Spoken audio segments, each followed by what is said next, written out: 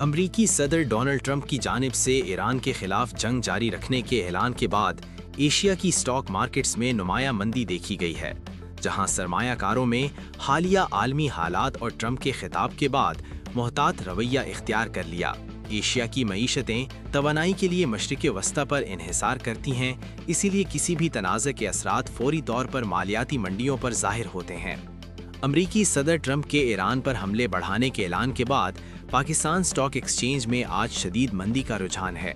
जुमेरात को कारोबार के आगाज से ही पाकिस्तान स्टॉक एक्सचेंज में शदीद मंदी देखी जा रही है और इब्तिदा में ही 100 इंडेक्स 3,763 पॉइंट्स कम होकर 1,51,748 पर चला गया। कारोबार के दौरान मार्केट में मजीद मनफी रुझान देखने में आया और 100 इंडेक्स 4,088 पॉइंट्स कम होकर 1,51,423 पर चला गया। PSX का 100 इंडेक्स 2.63% कम हुआ है। वाज़ेह रहे कि गुज़श्ता रोज़ अमरीकी सदर ट्रंप के ईरान जंग से जल्द निकलने के बयान के बाद मार्केट में बड़ी तेज़ी देखी गई थी।